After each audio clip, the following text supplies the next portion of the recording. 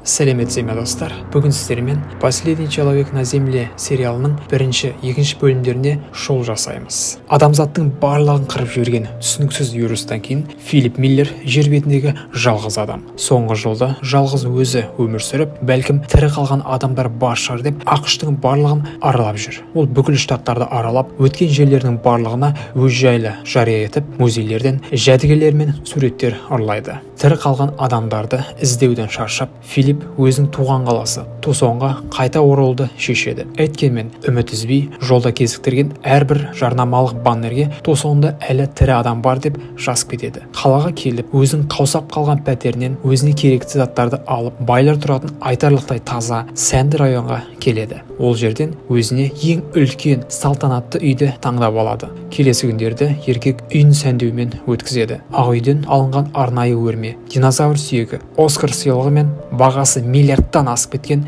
көптеген құнды жәдігерлер.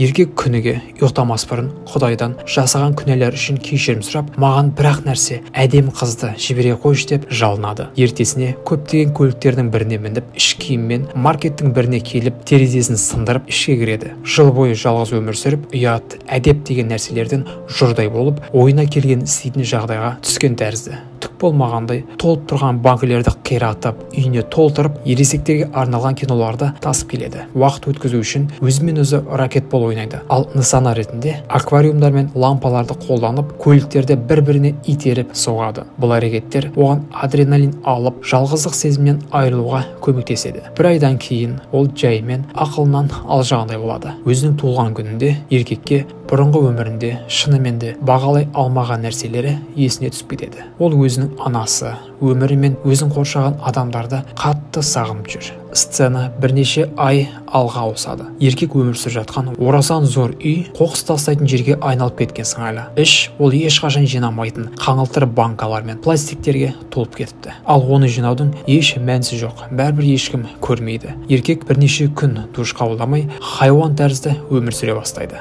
Үйде су құбыры жоқ, ал туалет пластикалық бутылкаларға толы. Сондықтан ол бассейндегі трамплиннен тесік жасап, оны туалет ретінде қолданады. Оған қоса балаларға арналған бассейнге маргариталар мен ішімдікке толтырып, жатып алып, жатқан суын ішіп жатады. Кейін бір күні барға барып, топтарға адам беттерін салып, оларға есім мен мінез бере бастайды. Олармен шынайы дос сияқты сөйлесе бастайды. Бәлкім жалғыздықтан арылу үшін болар. Түнде Герри есімді допты киім магазиніне алып келіп, өзі ғашық болған манекенге жақындап, қолын сындырып алып еді, шыдай алмай жатып алып, өмір сүргім келмейді деп зарлап, жақын арадағы дөңге барып, тасқа өзінің атын жазып, өмірден кетпек болады. Өзінің елес достарына, сендер әрдайым есімде боласыңдар деп қоштасады. Одан кейін көлігіне отырып, дөңге қарай қатты жылдамдықпен газды басып бақытталады. Кездейсоқ түтінді көріп, көлігі соғылып бұзылмай тұрып, тоқтатып үлгереді. Дерлік өлі күйінде жүрген Филипптің өзі көргеніне сенбей, дереу машинаға отырып, түтін шыққан трейлерге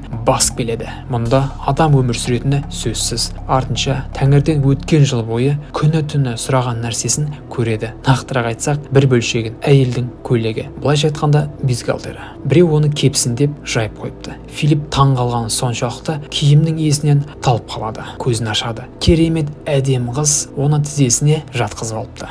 Ол сенің кез келген қалауыңды орындаймын деп жақсылап сүйеді. Филипп кайфпен сүйісіп жатыр еді, бірақ шілей өтірік болып кеткенін өздеріңізде түсінген шығарсыздар. Бұл түс екен. Көзін екінші мәрте ашады. Бұл жолы қызды көреді. Әдемі ме, әдемі емес пе, өздеріңіз шешіңіздер.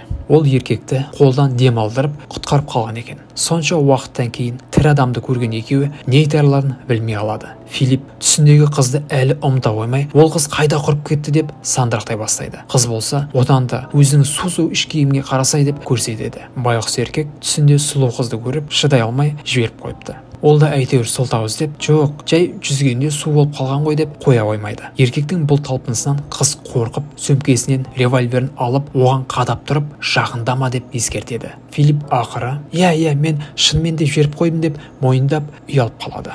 сабырға түсіп бірін-бірі таныстырады. Қыздың аты Керол. Вирус тарамай тұрып, ол аналитика жасаушы болған екен. Бәрі қырылған соң міне осылай кезіп жүрмін деп айтады. Еркектің жарнама тақтайшаларындағы жазуын көріп, шынымен де жер бетіндегі соңғы адаммын ба деп осында келдім деп түсіндіреді. Филипп күні-түні қыз әйелді кезіктірсі келіп армандағанмен Керолды көріп қатты қуана қоймағандай болады. Қыз оның грамматикалық қателіктерін бірнеше рет түзеп, оның айтқан әзілдерін түсіне қоймай, мәселеге қатысы жоқ әңгімелер айта береді. Кішкене сөйлесіп, екеуі азық-түлік дүкеніне барады. Көшеде 0 адам болса да, қыз тоқта деген белгіден өтіп кеттің ба деп шағымданады. Еркек көлік көріп тұрсың ба дегенімен, қыз жоқ, біз заңға қайшылық жасамауымыз керек. Онда жануарларға айналамыз деп айтқаннан қайтпайды. Филипптің бір жері ашық тұрса да, тоқтап, ешкім жоқ екендігіне көзі жетіп, жан-жағына қарап, қыздың айтқанындай істейді. Керолдың қаңқылуы сонда да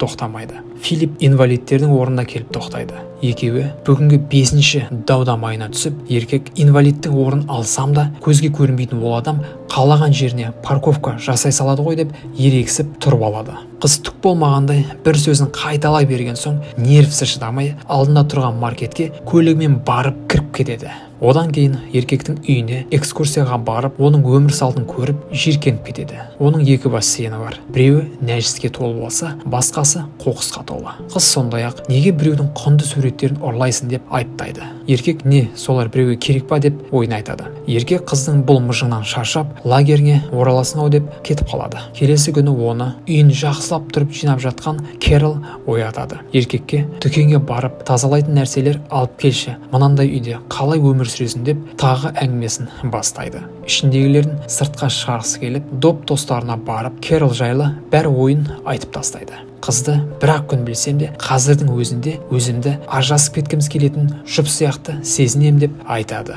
Ертесі қыздың көрші үйге ауысқанын біліп, өзін одан сайын жаман сезініп кетеді. Жоқ, сен бұл жерде тұрмайсың десе де, қыз қайтпай тұрып алады. Қыз, не, сені жалаңаш көріп қоям деп қорқасың ба дей салып еді, Филипп бет бермей бұтын шеше салады. Одан кейін қыз ұрпақ қалдыру мәселесіне көшеді. Қыз, бәлкім біз жер бетін қайта көбейту үшін таңдалып алынған адамдар шығармыз деп айтады. Еркек, сен жер бетіндегі соңғы әйел болсаң да сенімен жатпас едім деп айтып тастайды.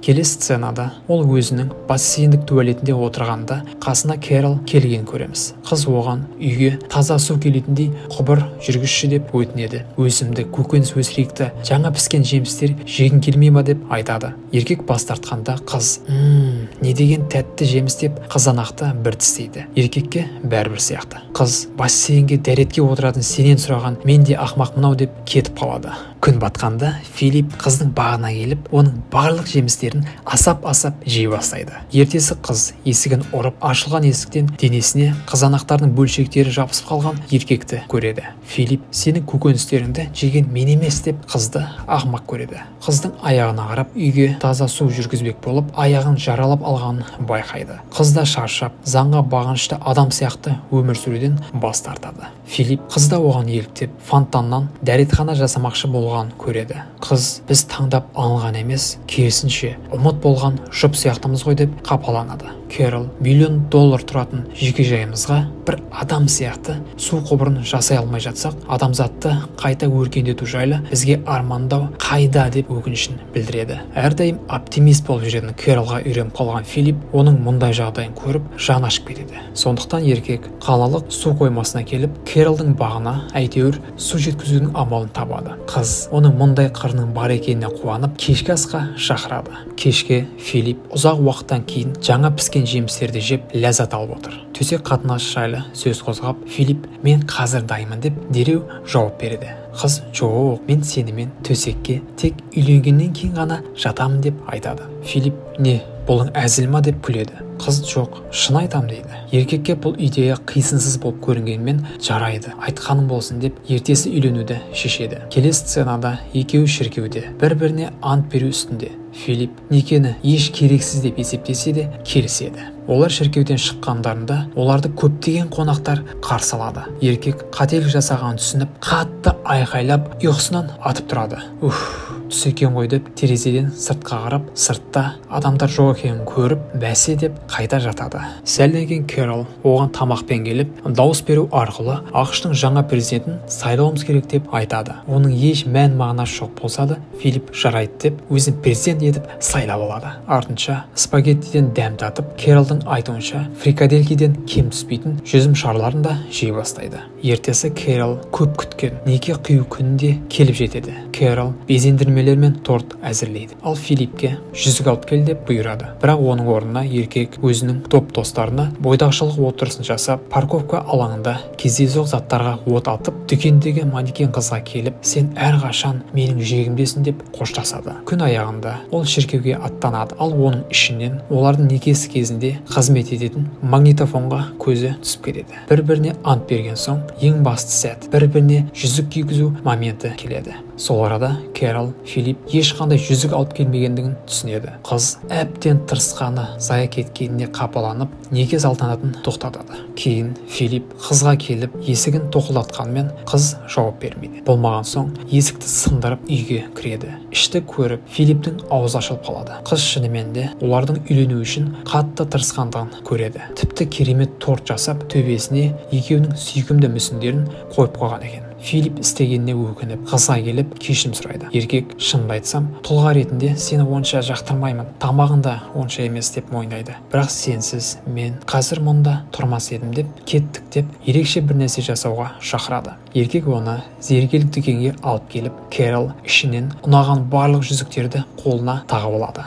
Ақыры екеуі неке қиып, ерлі-зайыпты атанады. Түнде олар махаббатпен айналысады. Бірақ бұл Филипптің ойындағыдай болмайды. Кэрол өзі тартымды деп есептейтін біртүрлі нәрселерді айта бастайды. Ертесі қыз үйге келіп, оның ракетбол ойнап жатқанын көреді. Еркек қыз тағы да мыжыңдай бастай ма деп еді, бірақ қыз оған қосылып ойын ойнап кетеді. Күннің келесі бөлігін екеуі әдетте тек Филиппке қызық нәрселермен айналысумен өткізеді. Олар отқа төзімді костюм тігіп, бір-біріне от атады. Бульдозер мен пиво банкілерін мыжып өтеді. Одан кейін Филипптің экс қызы манекенге келеді. Кэрол кішкене әйелдерше сөйлесіп, сыртқа шығарып, неге менің күйеуіме қырындайсың деп әбден ұрып жығады. Филипп өмірінде бірінші рет үйленгеніне қуанып, болашақ өмірлері бақытты болады деп үміттенеді.